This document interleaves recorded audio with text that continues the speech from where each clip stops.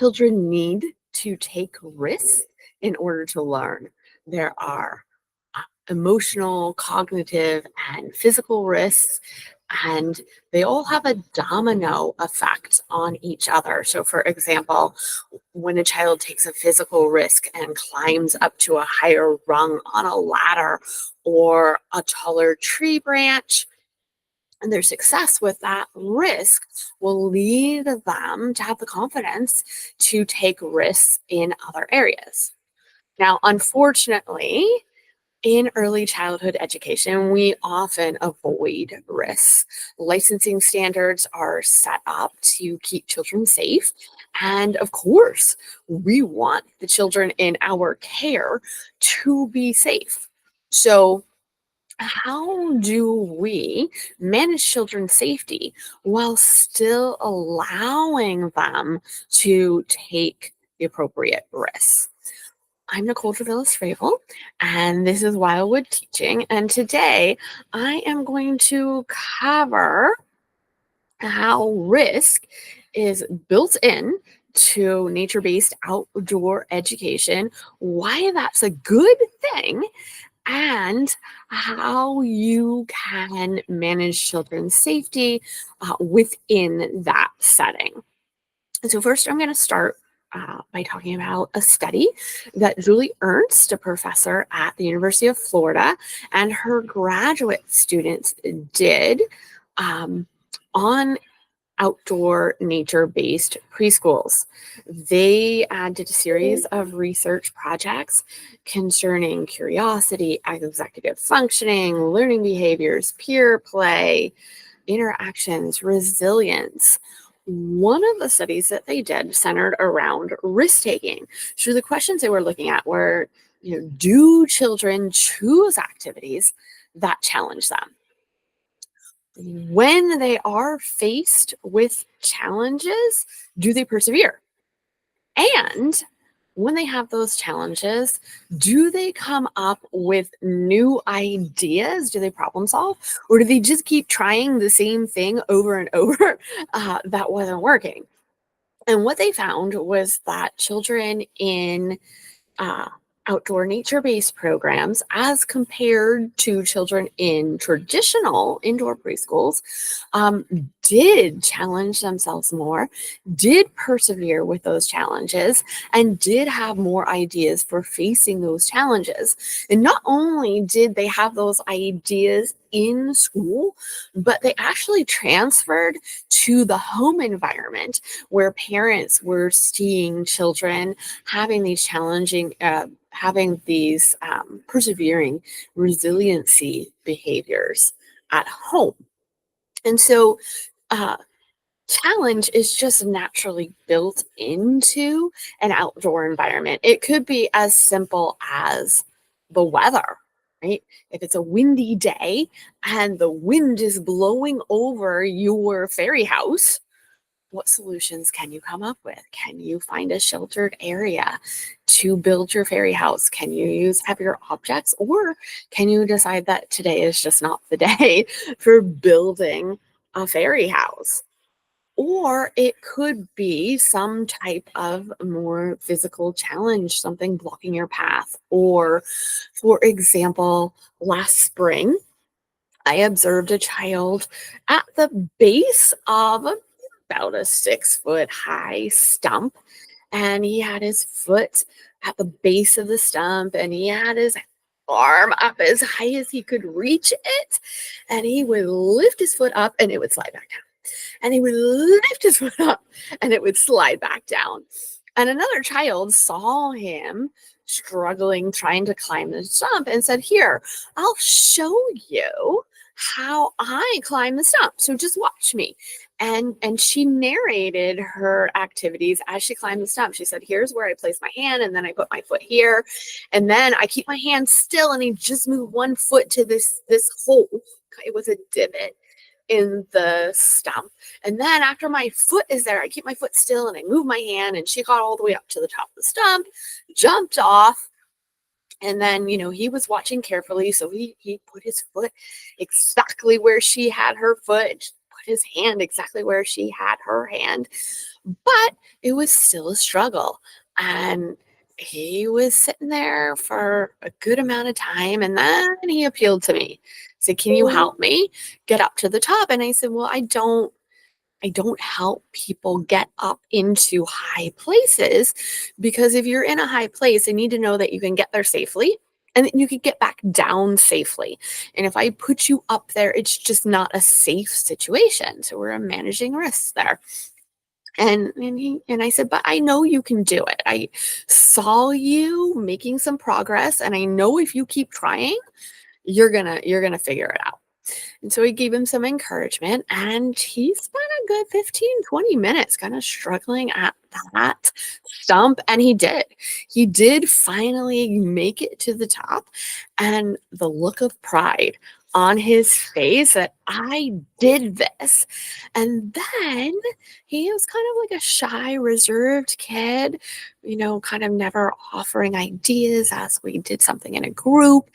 And all of a sudden, right, he now how he's offering ideas. He's taking risks socially and cognitively because he knew that he successfully managed this other tree climbing risk. Now, how do you make sure that children are safe when they're climbing 6 foot high trees, for example? So, one idea is that you have to know your licensing standards inside and out. Now, outdoor schools are not yet, working on it, almost there, licensed in the state of Oregon. We operate under a kind of a registered program, just a little gray area. But even though I don't necessarily need to follow licensing standards, I read that booklet inside and out to know what they are. Um, one reason being is that, like I said in the beginning, the main purpose of licensing standards is to keep children safe. And so, even if I can't follow the letter of the law, like having a fully fenced property, for example, it's hard to fence 7 acres of mostly public forest. Um, but I can follow the intent of the law. So again, taking that fence example, I mean, what is the reason that licensing standards want you to have a fenced property? It is so children don't get lost, so they don't wander off, so that you have a stopgap, right? If your attention is on another child and they see something interesting. Um, so how do I follow that intent of the law? I have more adults. We have less children to watch because there are more adults per the number of children than what the licensing standards require. Another step really is to know the difference between a risk and a hazard. A hazard is outright dangerous and has no educational value to it. So you're going to want to always, whether you are in a wild forest, whether it's your playground, whether it's your indoor area, have a regular process for scanning for hazards. Inside or in a regular playground, those might be rusty areas, those might be broken things, those might be something that causes splinters. For me, in a forest area, it could be invasive, dangerous plants like poison ivy, poison oak. It could be a tree branch has broken off and created something sharp. So then you're going to want to have a plan for avoiding those areas or for fixing those areas, whatever is appropriate to your space. And then the third thing that we do is that if we decide that something does have educational benefit and that it's a risk that we want children to take, we're going to do a risk benefit analysis to make that decision and then to have a proper plan in place for mitigating those risks. So, for example, there aren't any trees that we climb without a teacher standing right below it. So the children know that um, that they need to have that. Or again, in our fence example, we practice with the children, right? Here are our boundaries. Here's how far you can go. Here's when you need to be able to hear and see a teacher at all times. If you can't, you're in an unsafe area, walk toward a teacher as quickly as you can, and a practice for quickly regrouping if we need to do that. And sometimes we also do these risk-benefit analyses with the children, because the idea behind taking risks isn't just, we want children to take risks. It's that we want them not only to challenge themselves, but to test their limits and to understand how to keep themselves safe. So every year, we end up doing a risk benefit analysis on using sticks. And that means we're sitting all of the children down and we're talking about, why do we want to use sticks? Why is this cool? What are we learning from sticks? Cool things can we do from sticks? And now, children, how can sticks be dangerous? And let them think of all the ways, and they will. They know.